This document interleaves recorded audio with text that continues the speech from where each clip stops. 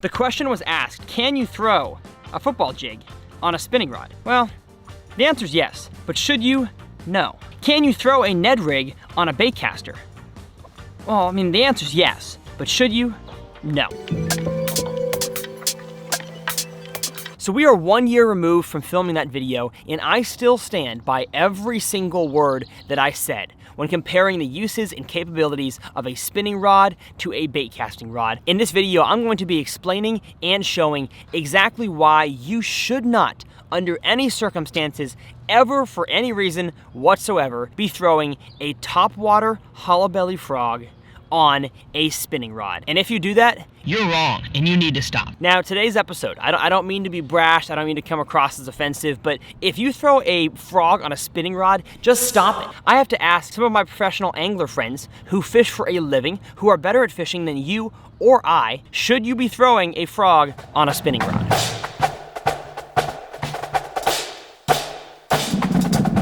Definitely not. No.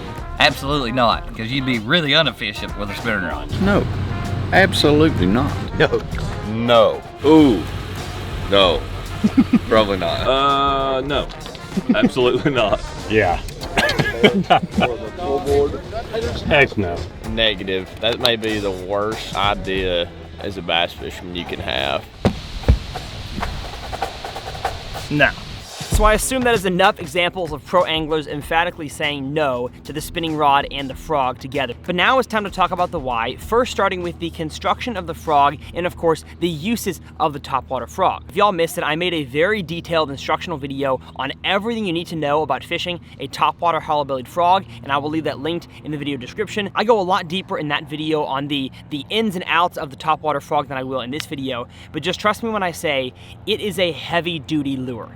It is meant to be thrown in super thick, shallow vegetation, and so because of that, when a fish comes up to eat your topwater frog, in the stuff like you guys can see right there, lily pads, cattails, matted grass, all that stuff is what's classified under thick cover. And the thing about thick cover is that, well, it's thick. So when a fish comes up to eat your lure, it takes it back down underneath that cover, even for a split second. You have added into that fight an entirely new factor that almost no other lure has, and that is a physical thing fighting against your line and against your rod alongside with that fish. Not only is the fish fighting you in open water, rip and drag, trying to get away, it is underneath a canopy, underneath its home, the grass, the lily pads on top, and that adds a whole new dynamic that makes it very difficult to bring fish out of that location, which is why you should be throwing this on a bait caster. But if you have not been fishing for very long, you might not understand, well, I thought a spinning rod and a bait caster are basically the same thing. They're just rods that can throw a lure. Not quite, and I'm going to explain why here on the front deck. So the first thing I want to talk about before we challenge ourselves to catch a fish on heavy cover on a spinning rod with a frog is I want to talk about the construction and the reel position when it comes to a bait caster versus a spinning rod. So let's first start with a bait caster. A bait caster usually is a longer rod. You can find longer spinning rods, but usually the longer spinning rods in the bass fishing section are going to be a lot more moderate action, a lot more whippy and flimsy of a rod, and that's definitely not what you want for any topwater or heavy cover application. A bait caster is usually a thicker rod. Most of my spinning rods are pretty thin in diameter, even on the bottom by the reel seat. Bait casters tend to be a little bit thicker of rods, which means they're stronger. And in the bass fishing world, a 7-foot medium heavy is kind of like an average bass fishing rod. Everybody that fishes a bait caster has got one. They're kind of a good all-around rod. You can throw small topwaters, reaction baits, Texas rigs, worms. There's lots of things you can do with a 7-foot medium heavy. That's kind of your average bait casting rod length, power, and action. And a bait casting reel is usually a little bit faster gear ratio than your average spinning reel. They have not quite caught up to the gear ratio speeds, the 8:3-to-1s, the 9.5s, the 10-to-1 gear ratio that some bait casters have. Spinning rods just don't quite have those gear ratios yet, and so naturally, they reel slower. We'll get to why that's a disadvantage for shallow cover fishing here in a second. Next, I want to talk about where the reel is positioned. When you are holding, I'll put the spinning rod down for a second. When you are holding a bait caster, you are holding it like this with your hand underneath, and when you set the hook and fight a fish back, you are exerting pressure on the underneath side of your rod, and so you're basically pulling like this. But your hand is underneath, so you're able to use the full force of your bicep and your muscles to set the hook and get that fish in the boat. that is going to contrast completely with the spinning reel. Spinning combos in general have usually been used for more finesse type applications. So if you're fishing for trout, or you're fishing for walleye, or any sort of smaller game species, most of the guys use spinning rods for that. And in bass fishing, they are great for a lot of applications that a bait caster just cannot do. Drop shot, Ned rigs, spy baits, hair jigs, tiny little finesse applications. That's where a spinning rod excels. But because spinning rods tend to not come in as long of lengths or as tough and strong of powers and actions, they're just not meant for topwater fishing, especially shallow cover topwater. And to contrast with the bait caster, the way that a spinning reel sits on the rod is underneath.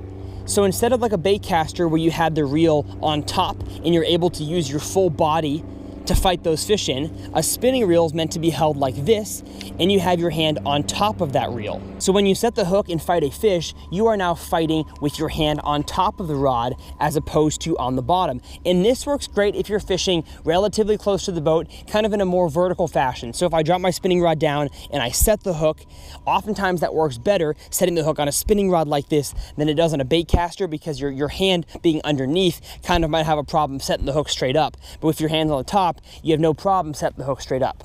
But when you are fishing a frog over shallow vegetation, you make a long cast out there, you're not setting the hook like this on a drop shot.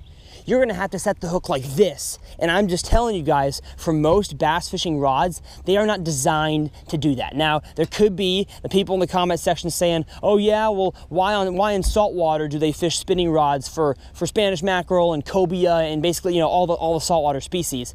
I think the reasoning for that is because, one, they are using not bass rods. They're not using a 7-foot medium bass rod like most spinning rods in the bass fishing industry are. They're using more saltwater specific 7, 6, 8-foot, 9-foot medium heavy rods that are just not very common in the bass fishing world. And one last thing I feel like I have to cover when it comes to comparing these two rods is when you are fighting a fish in this heavy cover stuff right here, you are having to exert a lot of pressure on your rod, which exerts a lot of pressure on your wrist.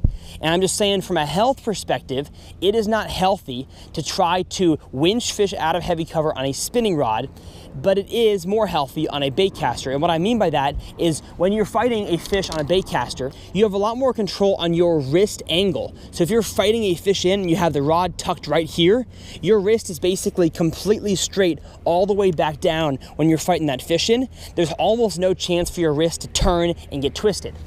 But on a spinning rod, oftentimes that rod butt can slip out when you're fighting a fish. I have it happen all the time when I'm fighting big smallmouth bass, is the top of my wrist will start to hurt. So I guarantee you, at some point today, I'm probably gonna hurt myself trying to get a fish, if I can get the bite even, trying to get a fish out of heavy cover on a spinning rod. I'm just telling you guys that if you try yourself to fight a fish in heavy cover on a spinning rod versus a bait caster, you will far and away choose the bait caster every single time. Now, I know there's always gonna be the adamant person out there that says, I've been using a spinning rod my entire life, I'm not about to change right now just because some gosh dang YouTuber tells me to. Well, first off, not just a YouTuber, tons of pro anglers have just told you not to throw a frog on a spinning rod. But you could disregard my advice and their advice, go out there, get yourself a cobia rod, bring it to the pond with you, and catch topwater frogfish on a spinning rod in shallow cover. You could do it. But here on this channel, as I talk about in every single intro, I want to help you guys become efficient bass anglers. And the most efficient way to work a topwater frog on shallow vegetation, get that bite, set the hook, and get a fish back in the boat or to the bank is going to be on a bait caster. It's not on a spinning rod. So we're gonna get the camera set up here. We're gonna try our best to get a few bites on the spinning rod and the bait caster to show you guys exactly why you should not be throwing a frog on a spinning rod. Let's get started.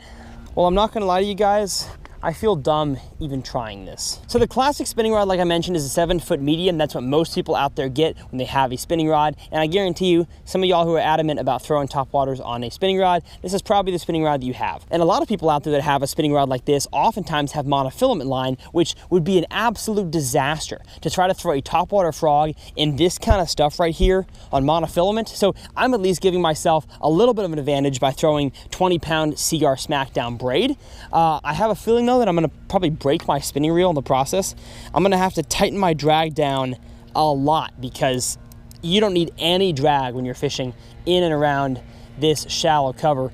I'm gonna try to get a bite in thick stuff on the edge, just to show you guys, or a few bites, to show y'all that you should not be throwing a frog on a spinning rod. Now, it is kind of fun to work a little popping frog on a spinning rod.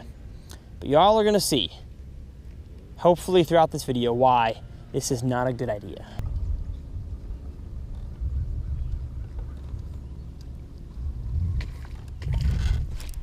Gosh, there's one. Well, hey, you know what? See, I lost him. Couldn't even get a good hook set on him.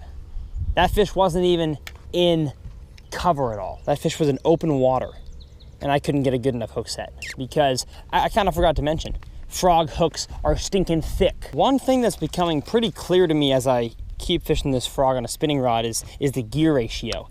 It takes a lot longer for me to get a cast in than it does on a bait caster. So if I cast over this lily pad lily pad patch, and I work it, past the area that I think is going to get a bite, I'm going to reel in as fast as I can and make a new cast. And it takes me a lot longer on a spinning reel because the gear ratios are generally slower.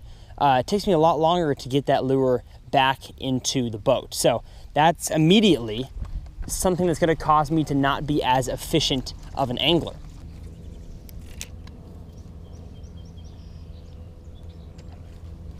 Oh gosh, get out of there. Oh man. Well, hey, that one worked. That was super, super close to the boat. I gotta get one that's not close to the boat. Oh gosh, there's one. Oh, get out of there. Get out of there. Oh, come on. Oh my goodness. That wasn't even that thick. That was not even that thick of cover. Ow. It just hurt my arm. Well, we got a fish, but it should not have been that hard. I mean, like one hook set on the bait caster, this guy would have come flying over all, 10 yards of this lily pad here. So we got him in, but I'm telling you, it should not have been that hard, especially not a fish that size. I can understand it being hard if it's like a 3-4 pounder, but should not have been that hard on a 3/4 pounder.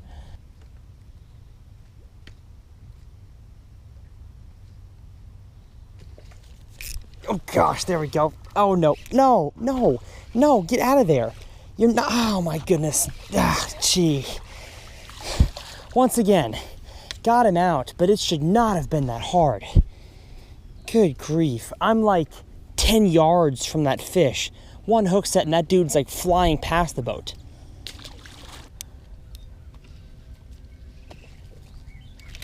Oh goodness, did I lose him? I think I lost him. Man, yeah, that fish got me in this stuff right away. Couldn't even get him out. This wasn't even that thick either. That should not have lost that fish. It took me under one lily pad and got off. The bite's not really on. Not exactly sure why, but I think I've proved my point that it is difficult to catch fish on a spinning rod, on a frog. Even on the few that I was able to land, it wasn't even that heavy of cover. Get ready, because the next lake we're going to with the bait caster, I'm gonna be fishing some heavy stuff, and it's gonna be still easier to get those fish out of the heavy stuff at the next lake. So we'll see you guys there in 3, 2, 1.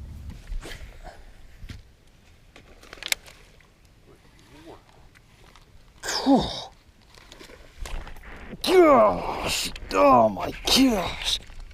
Get out of there, yes. Oh, when I say aggressive, y'all, that's one aggressive bass right there. Oh, and he got me stuck in the grass, but it's easily pulled out. Oh my goodness, look at how fat he is. Look at how stinking fat that bass is. Holy cow. That's Instagram worthy right there. Sheesh. I like that. I like that a lot. And I've caught at least like 5 more since I clicked last. Just went to East Texas for, gosh, there's a fish. Holy smokes. Holy cow, wow. Wow, what a fish.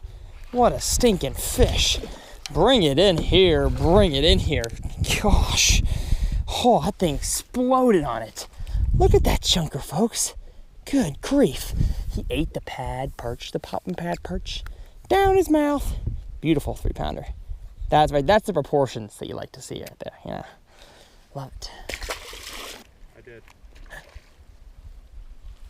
Oh, there he is. That guy was in open water. That does not prove my point. Why couldn't you have eaten, friend? Up in the pads. There we go. Nice one, chunky one, roof of the mouth right there. Popping pad perch. He was not getting off. I had to make sure he was swimming down there. It was like 3 seconds between my bite and my hook set. I didn't know where he went. But he was there. I think people will get the idea. It's safe. Oh gosh! There's one. There's the big one we're looking for. Come on. Just get yourself a little pin. Oh, he's not that big. He's a nice one though. Gosh, bring him in here. Oh, baby. You can't do that with a spinning rod, folks. I just dragged this fish over like 17 different layers of grass. Woohoo!